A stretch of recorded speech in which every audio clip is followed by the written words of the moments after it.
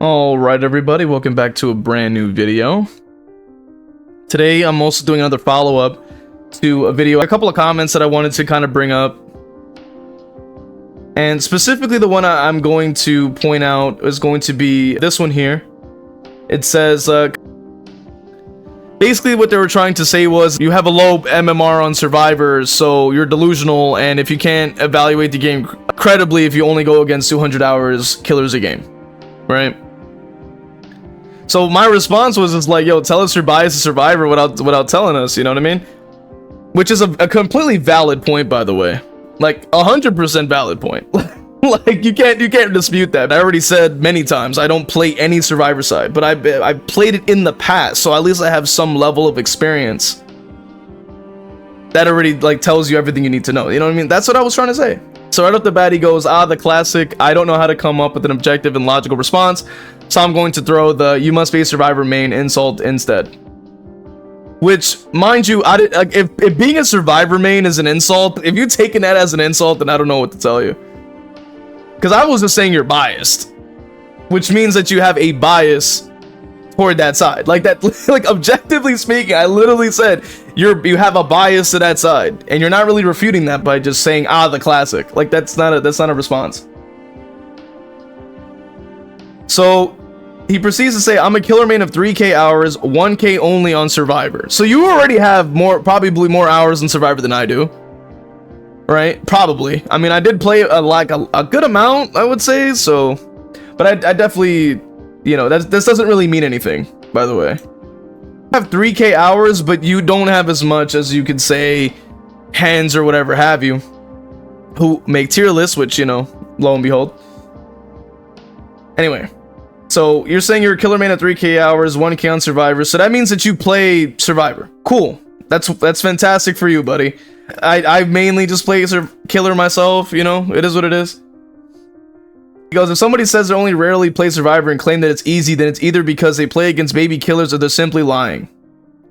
If you look at the statistics, 60% kill rate, and look at the different win streaks the killers have versus survivors, 500 plus 1000 versus a comp team that only barely managed 200, then it's blatantly obvious that some random person claiming to be a killer main only rarely touching survivor doesn't actually win the majority of their matches. So there's a lot wrong with this statement.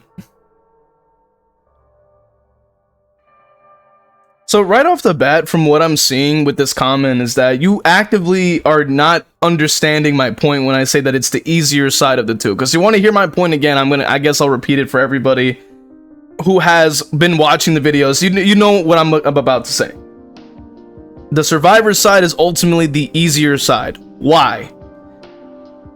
Because one, on Survivor you have literally 3 other teammates that can help you complete your objective. Killer side you don't. It's 1 killer versus 4 survivors by its little definition of the game. Let me make sure that I have at least a source here. We have Wikipedia here that describes Dead by Daylight as an online asymmetric multiplayer survival horror game that is 1 versus 4. Right here it says it is a 1 versus 4 game in which 1 player takes on the role of a killer and the other 4 play as survivors. So by definition, okay, you are literally on a team, meaning that you have a capability of not only having teammates that you can communicate with in some kind of way, whether you like, either you can go in with a pre-made Swift, right, surviving with friends, or you can go in solo queue, either way. But you still have objectively here, you still have teammates that already gives you an advantage over the other side, because this is still a multiplayer competitive game. Okay. Also take into account that when you do consider Survivor, there is 4 survivors total that all can team up and then run all sorts of different perks. Which, mind you, a vast majority of these perks do not have downsides. Right? That's another thing that I'm going to bring up. A few examples are Deja Vu. Look at this right here. It says increases your repair speed on the generators by 4, 5, or 6%. Now, do you see anywhere here where it says any downside, any prerequisite, anything that is required to be able to obtain this bonus of 6%? No. You see the auras of all of the regenerators at all times, and you get a repair speed bonus on those gens by 6%. No subtraction, no downside, no nothing. Okay, complete bonus, no downside, right? Let's take into account a killer perk like Pop Goes the Weasel. Pop Goes the Weasel. After hooking a survivor, Pop activates 45 seconds. You have to kick the gen of its current progression, and then it deactivates. Or once the timer runs out. Okay? Here, what's another one we can think about? Okay, let's say Pain Res. Right? One of the best ones in the game, right? What does it say? You get random 4 hooks, so you have no control over where it spawns. You start with 4 tokens, right? So every time you hook someone, it takes a token, meaning that you can only use the perk 4 times, right? And it only hits it for 20% of its total progression. And then that's it. And then it says right there, it's disabled for the remainder of the trial once all tokens are consumed. Right?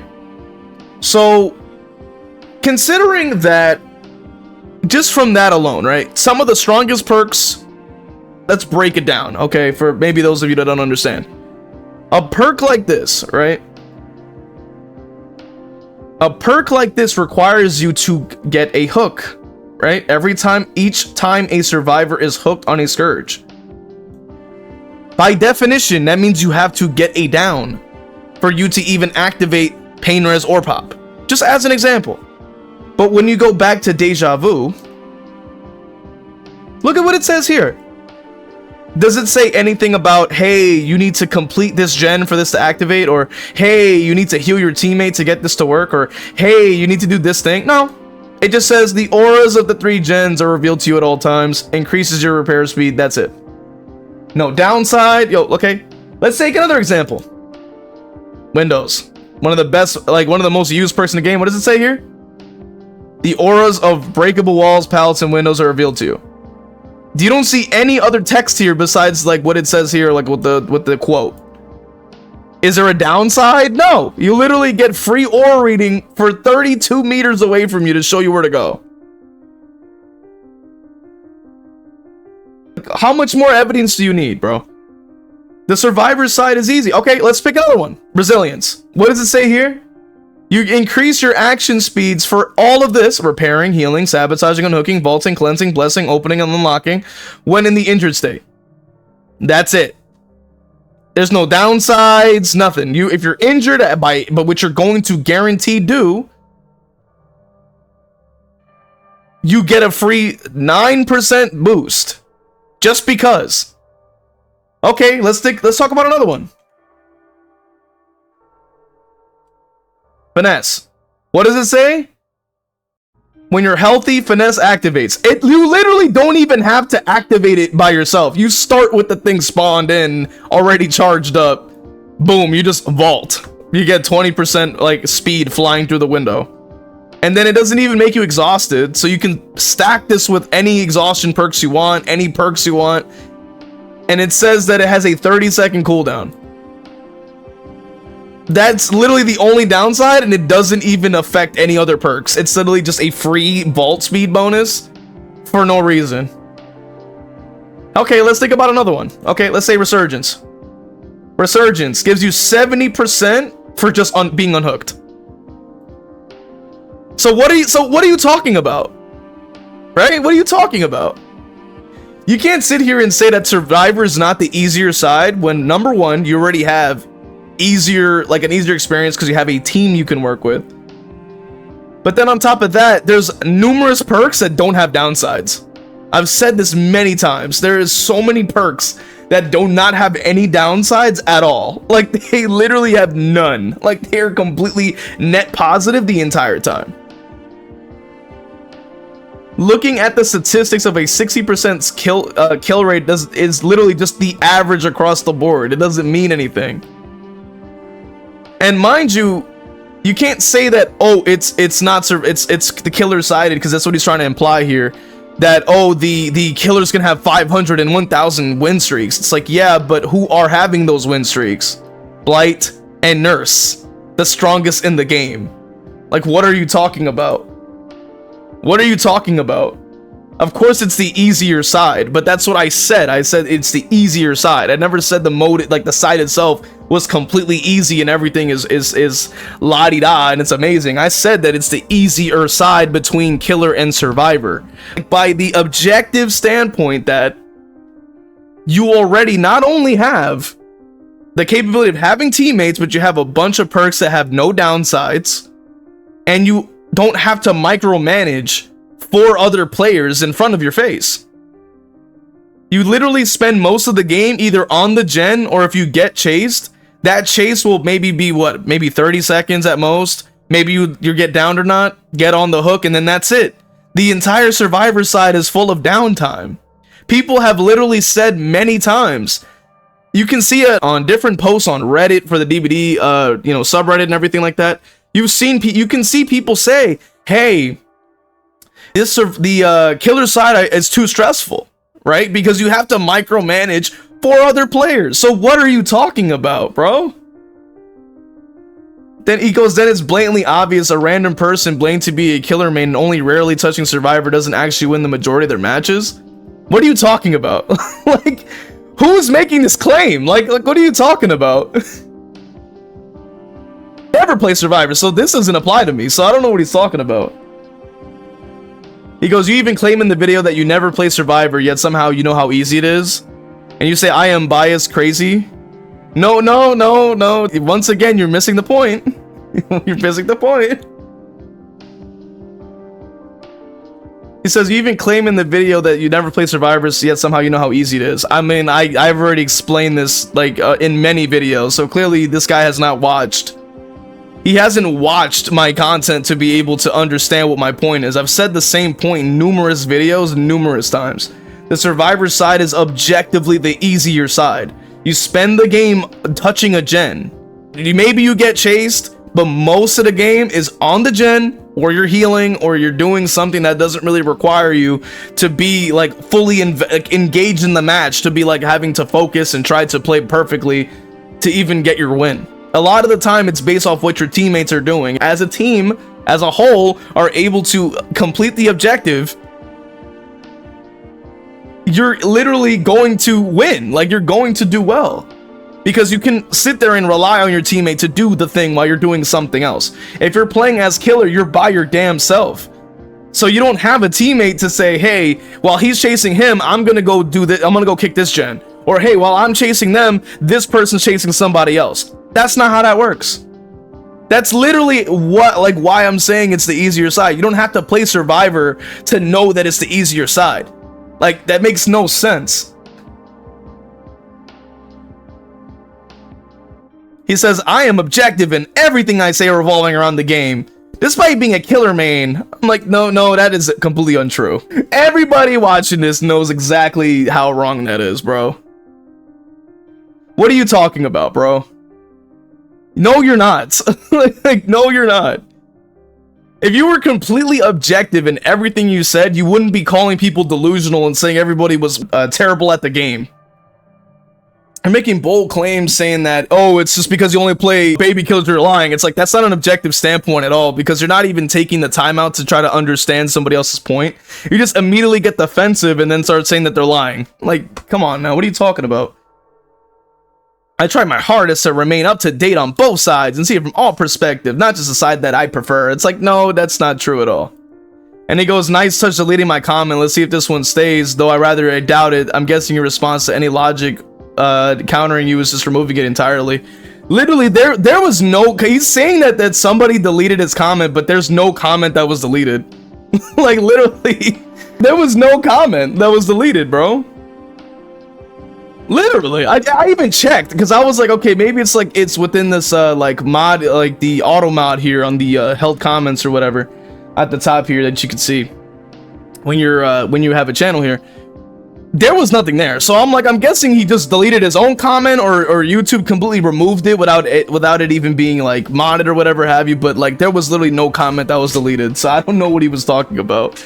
I even checked. I was like, bro, like there's no comment that's deleted, bro. Because you can look around, like you can even click on the like when you see people like leave comments, you can see how many comments they leave. So it's like, what are you talking about? So basically, like, long story short, he was trying to claim that you need to like play Survivor to know how easy it is. I'm like, no, that doesn't make any sense. Like as I've showed with numerous perks in the game, and mind you, if you're paying attention to the actual patch notes, you can see that there's more and more and more perks that get stronger and stronger and stronger on Survivor side. So like, you know, from an objective standpoint, it's a 1 versus 4. Okay, so that means you have a team versus somebody who doesn't. You spend most of the game doing the objective, which is touching the gens or healing somebody or unhooking, which is a lot of downtime. You're not every single person is being chased. Then on top of that, there's perks that get buffed literally every other patch on Survivor side that makes the even easier for you, right? You have perks that have all net positives compared to the killer side that has a lot of perks that require you to get downs, to get hooks, to do this, that, and the third. So by even making the claim that you need to just play Survivor to know, like you need to play at high MMR to know how easy it is, it's like you're clearly not even in high MMR yourself, you know what I mean? And with that being said, man, you know, it's just crazy, man. This is the same person that was claiming that they you know, never, like, rarely play Survivor themselves, but then they're trying to say that, oh, but you know, you wouldn't know because you don't play. It's like, okay, yeah, but you don't need, like, you literally do not need to be a Survivor main to see how easy it is. And it comes down to perks and things like that. There's so many perks in this game for Survivor side that is a net positive. I've said this many times. The only time that I've ever seen a perk actually have a net negative, like at all, has been sort of botany knowledge and shoulder the burden. Let's look at this perk, for example. Botany knowledge says it increases your healing speed across the board by 50%, but it reduces your healing efficiency by medkits by 20%. This right here is a perk that makes sense. This is what I was suggesting for different perks. Why don't we have stuff like this on other perks that reduces reduces something? So you have 1 plus and 1 minus. Like that makes the most sense. Here's another perk that doesn't really have a downside. The main thing I will say about this perk is that at the very least, it says that you boost your teammates. So at least by yourself, you don't get a 10% bonus, okay? But that's my issue with Deja Vu as well, and overall with a lot of perks on the Survivor side, is the fact that there's a lot of perks here that do not have downsides. Like they're not like botany knowledge or shoulder the burden, which I don't know if they're gonna show it here.